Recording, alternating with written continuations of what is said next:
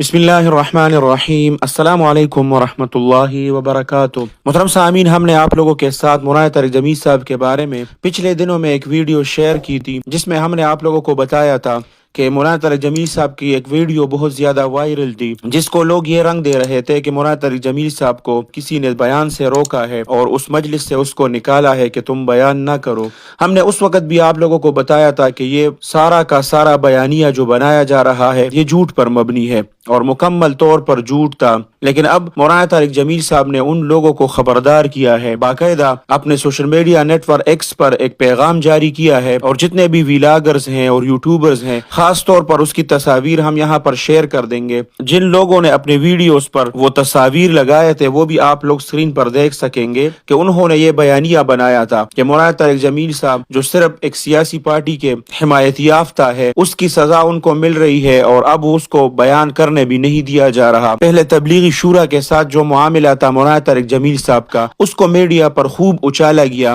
پھر اس کے بعد لوگوں نے یہ پروپیگنڈا شروع کیا کہ اب مولانا طارق جمیل صاحب کو کہیں پر بھی بیان کرنے نہیں دیا جا رہا، اور پھر وہ ویڈیو جس نے اوپر سے بنایا اور اس ویڈیو کو وائرل کیا اور اس کو ٹائٹل یہ دیا کہ مولانا طارق جمیل صاحب کو بیان کرنے سے روک دیا گیا، اور وہاں پر کچھ وردی کے لوگ بھی موجود تھے۔ محترم سامعین، وہ اوپر سے ویڈیو بنائی گئی تھی اور وہ ہم نے آپ لوگوں کو بتایا تھا کہ ایک پروگرام تھا جس میں مولانا طارق جمیل صاحب مہمان خصوصی تھے۔ جیسے ہی اس کا بیان ختم ہوا تو اوپر سے کسی نے ویڈیو بنائی تھی، جیسے وہ جا رہے تھے تو جاتے ہوئے انہوں نے لوگوں سے یہی فرمایا تھا کہ تم لوگ مصافحے کی کوشش نہ کرو۔ لوگ مصافحے کے لیے آگے بڑھے تھے تو مولانا طارق جمیل صاحب نے اس کو روکا تھا، اور وہ بیان ختم ہونے کے بعد تھا، کسی نے اس کو بیان کرنے سے نہیں روکا تھا۔ تو وہ سارا کا سارا بیانیہ جھوٹ پر مبنی تھا، لیکن لوگوں نے اس کو ہوا دی اور بہت سے لوگوں نے اس پر منفی کمنٹس بھی کیے تھے اور اداروں کو بھی بدنام کیا تھا اور اس کو گالیاں بھی دی تھی کہ مولانا طارق جمیل صاحب کی اس میں کیا غلطی ہے، اور وہ تو صرف اللہ کی طرف لوگوں کو بلاتے ہیں، اور بہت سی باتیں انہوں نے بتائی تھی۔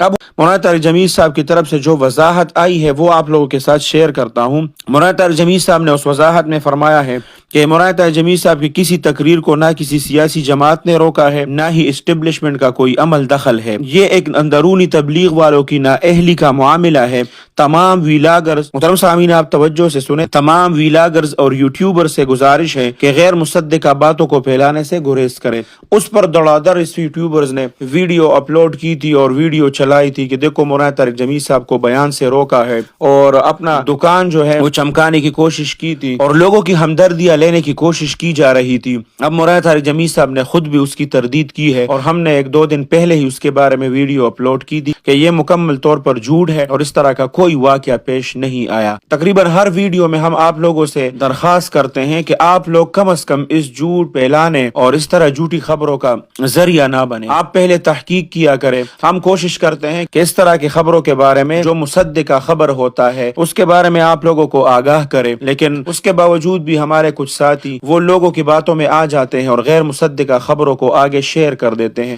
پھر ہمیں پرسنل میں وہ بتا دیتے ہیں کہ اس ویڈیو کے بارے میں آپ لوگ بتائیں کہ یہ سچ ہے یا جھوٹ ہے۔ ہم تحقیق کرنے کے بعد ہی ویڈیو بناتے ہیں، اس لیے تھوڑا سا وقت اس میں لگ جاتا ہے، لیکن آپ ویڈیو کا انتظار کیا کریں، ہم آپ کو اصل خبر سے آگاہ کرتے رہیں گے۔ اللہ سبحانہ و تعالی آپ سب کو اپنے حفظ اور امان میں رکھے، اپنے خصوصی دعاؤں میں یاد رکھے۔ السلام علیکم ورحمۃ اللہ وبرکاتہ۔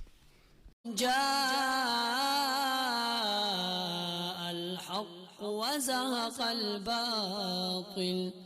إن الباطل كان زهوقا